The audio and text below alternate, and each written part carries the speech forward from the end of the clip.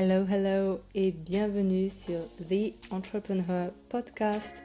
Je m'appelle Héloïse et sur le podcast, je t'accompagne à travers mon expérience et des clés concrètes pour t'épanouir pleinement en tant qu'entrepreneur. Ici, on met ton bien-être au centre car tu mérites d'être la main character de ta vie et de ton business. Ensemble, on réinvente les règles pour créer une vie à ton image.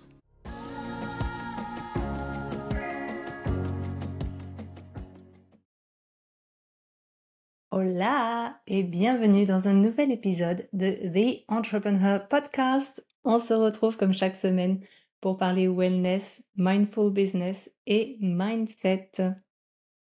Et of course, à une semaine de l'arrivée de l'automne, vous pensez bien que je vais vous mettre dans l'ambiance cosy et douillette en partageant mes idées de rituels pour l'automne et l'hiver que je sais que vous allez adorer. Mais juste avant de commencer, je voulais te rappeler qu'en ce moment, le Daily Rituals Reset Challenge est toujours en cours et que tu peux toujours nous rejoindre. Le Daily Rituals Reset Challenge, c'est 30 jours ensemble en septembre pour se soutenir à reprendre les routines dont on sait qu'elles nous soutiennent et nous permettre d'être la meilleure version de nous-mêmes. Donc si tu souhaites participer, il n'y a rien de plus simple. Il te suffit de télécharger ton template ainsi que les indications dans le lien qui se trouve dans la description de cet épisode et de me taguer dans tes stories Instagram lorsque tu réalises tes Daily Rituals afin que je puisse te célébrer et t'accompagner tout au long de ce mois de septembre.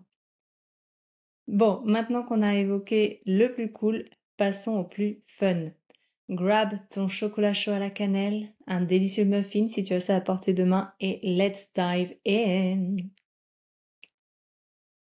Et oui, même si on pourrait se sentir nostalgique parce que c'est la fin de l'été, que l'air commence à se rafraîchir et que les journées raccourcissent, je crois que l'automne et l'hiver sont quand même des saisons magiques parce qu'elles sont des invitations à se reconnecter à soi, à ralentir et à cultiver le bien-être de l'intérieur.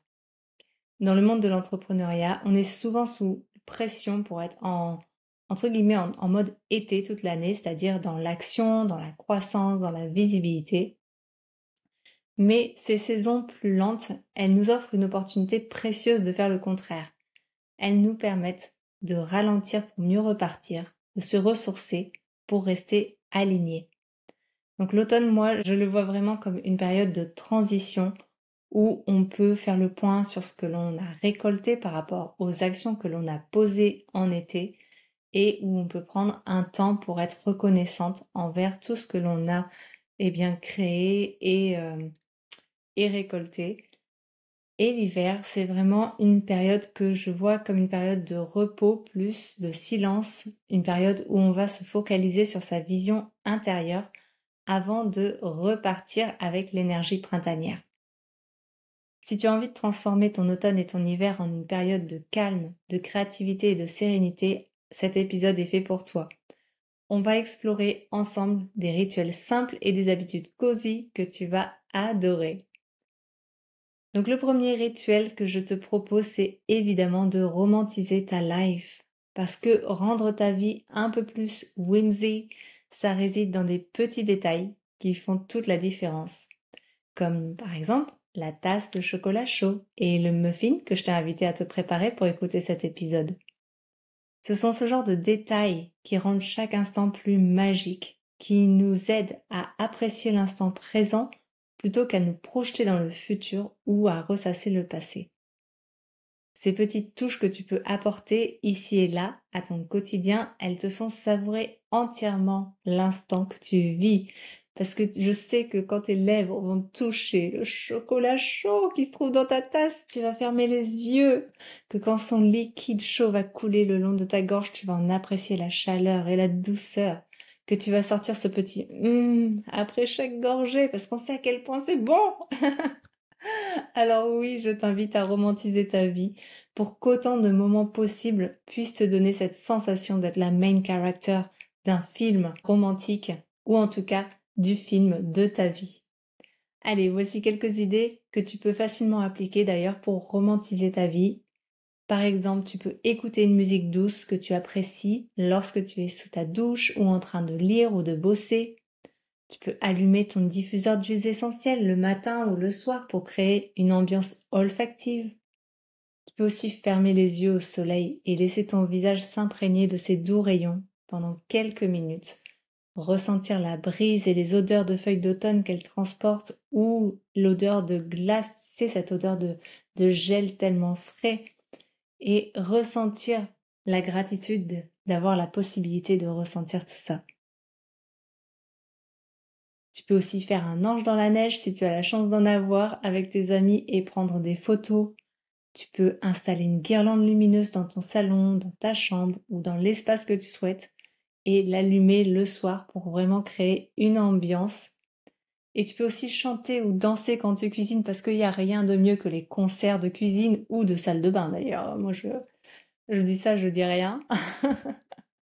Mais voilà, ce sont vraiment des petites actions qui vont te permettre de passer un moment qui va être finalement un petit peu plus magique peut-être que ce qu'il pourrait être si tout simplement, banalement, tu faisais ta cuisine dans le silence et sans pensée positive, parce que je pense que le fait de romantiser sa vie, ça amène et ça cultive des pensées positives. Un autre rituel que j'aimerais te proposer de faire pour l'arrivée de l'automne et de l'hiver, c'est de créer un mood board saisonnier.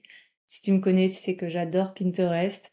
Alors, peut-être que tu peux utiliser ce support, peut-être que tu peux utiliser un carnet ou bien une planche, mais n'hésite pas à collectionner des images et des mots qui t'inspirent le calme, le confort, la créativité, pour avoir un rappel visuel que tu es en train de designer une vie qui te ressemble une saison après l'autre.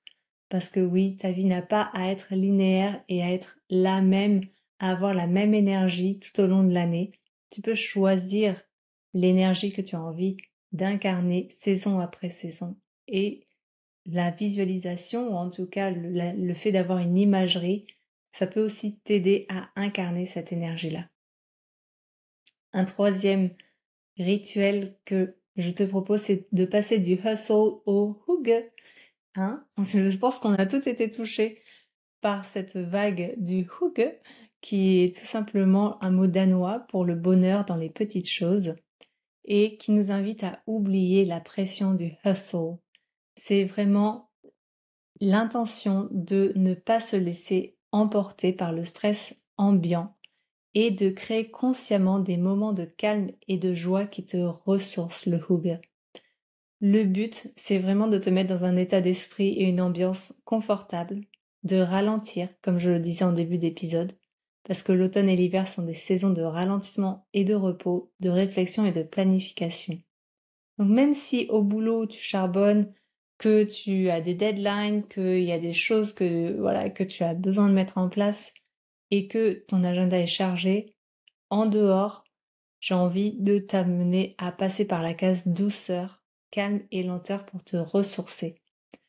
C'est vraiment une intention, en fait, le ralentissement. Ce n'est pas quelque chose qui est ce n'est pas quelque chose que tu dois forcément implémenter 24 heures sur 24, mais au moins avoir cette sensation-là de temps en temps dans tes journées pour pouvoir t'aligner à l'énergie des saisons. Tu peux également t'installer confortablement avec un projet créatif. Le twist, c'est vraiment de cesser de penser utile pour tous les projets que tu as envie de mettre en place et peut-être aussi de te laisser l'espace de faire quelque chose juste pour la joie de le faire. Ça peut être de tricoter une écharpe pour quelqu'un, de prendre un carnet, de dessiner, je sais pas, un mandala ou ce qui te fait plaisir, de peindre sans objectif précis ou d'écrire une histoire sans la relire.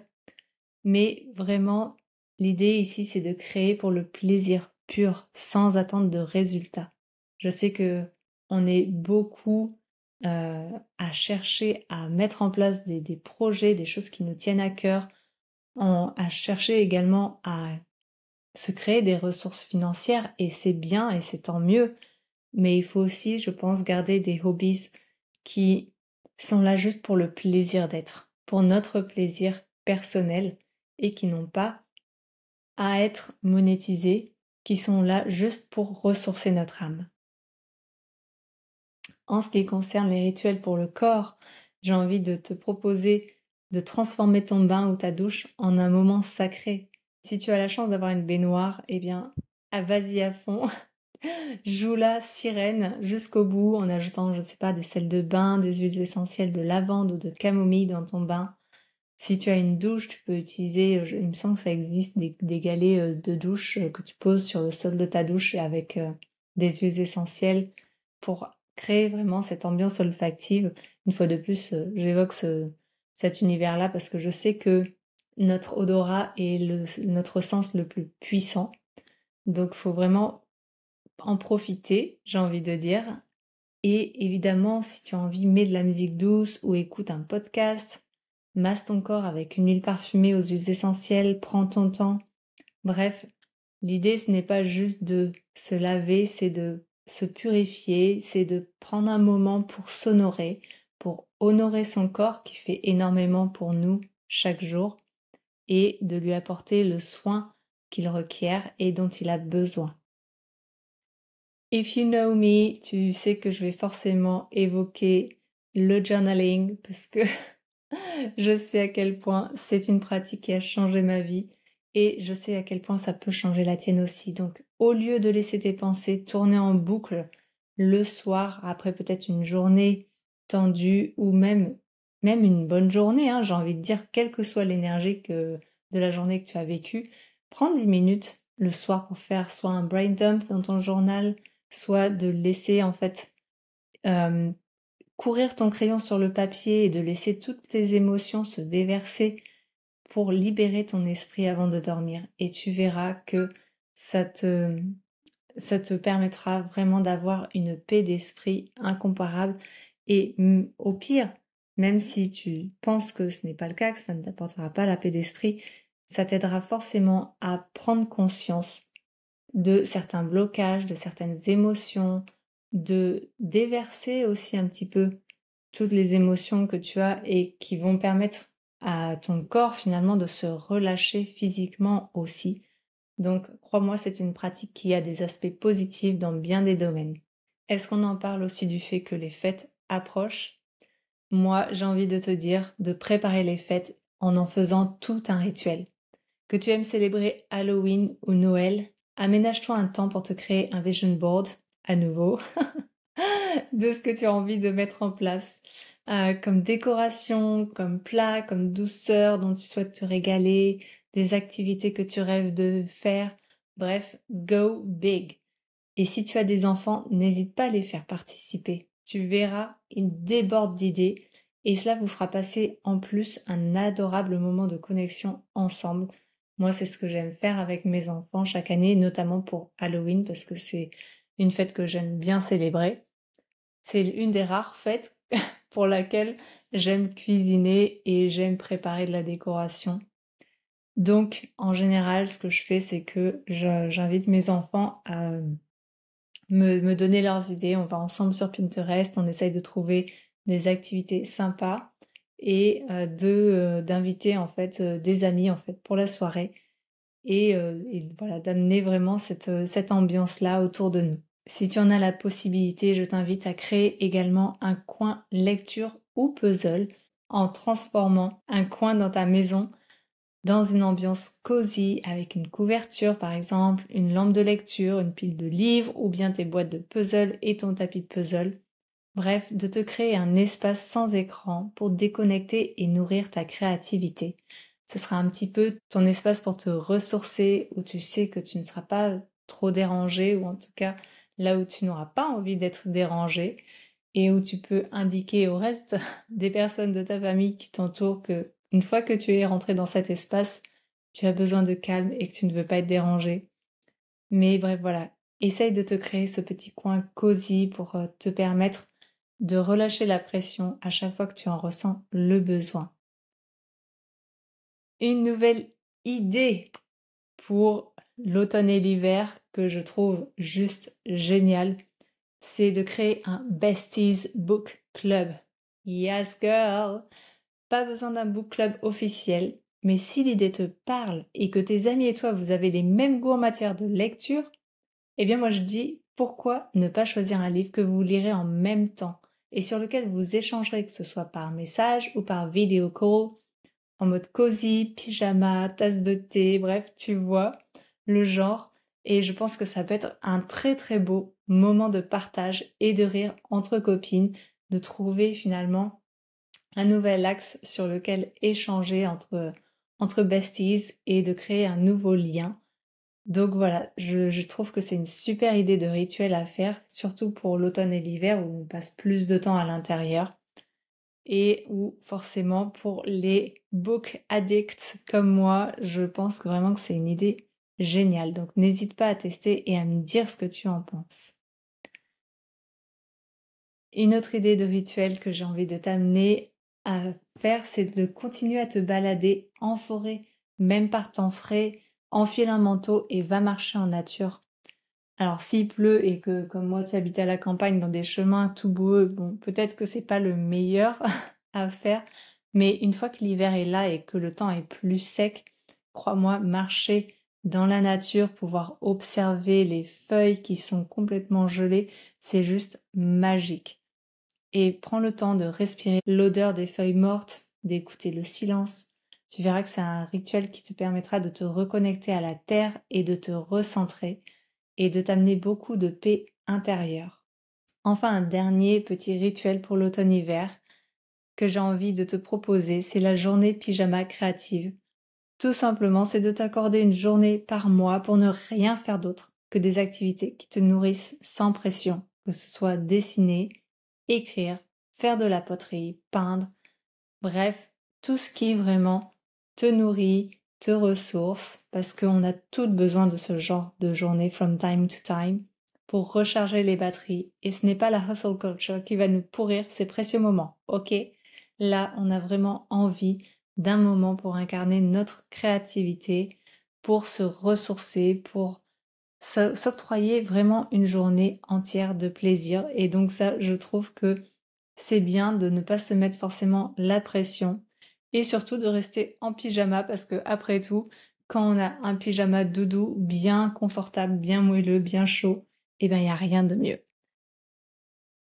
Enfin, j'ai envie de te dire, avant de terminer cet épisode, que le fait de ralentir, de vouloir être dans une énergie plus cosy, ça n'a rien à voir avec le fait d'être fainéante. C'est plutôt une énergie pour t'apprendre le pouvoir du slow momentum, c'est-à-dire d'avancer doucement, mais avec intention, parce que c'est souvent plus productif que de courir dans tous les sens. Donc n'hésite pas à travailler là-dessus au niveau mindset en te répétant que prendre soin de ton énergie, c'est un levier aussi par la suite pour ton évolution, pour ton expansion, si tu es par exemple une business girl, mais même au niveau personnel, ça va vraiment te permettre de te retrouver, de te ressourcer pour pouvoir mieux repartir. Donc voilà, j'en ai terminé avec cet épisode. J'espère qu'il t'aura donné envie d'embrasser la magie de l'automne et de l'hiver. Rappelle-toi, les rituels ne sont pas une perte de temps. Ce sont des actes d'amour qui nourrissent ton âme, ton corps et ton esprit. Ils sont là pour te donner l'énergie nécessaire, en fait, pour briller le reste de l'année. Donc n'hésite pas à me partager ton rituel préféré en MP sur Instagram. Si ça te dit, tu peux me retrouver sous le nom @Héloïse, HELOISE.Margand, MARGAND. Ça me fera très plaisir de savoir quel rituel tu as préféré dans cet épisode et lequel tu souhaites mettre en place. Et puis, comme je le disais en début d'épisode, si tu souhaites me rejoindre pour le Daily Rituals Reset Challenge sur Insta, c'est facile et gratuit. Le lien pour télécharger ton template et les indications sont dans la description de cet épisode. Et si tu as aimé cet épisode, n'hésite pas à laisser un avis et à t'abonner pour ne rien manquer. Et on se retrouve la semaine prochaine. Bye bye!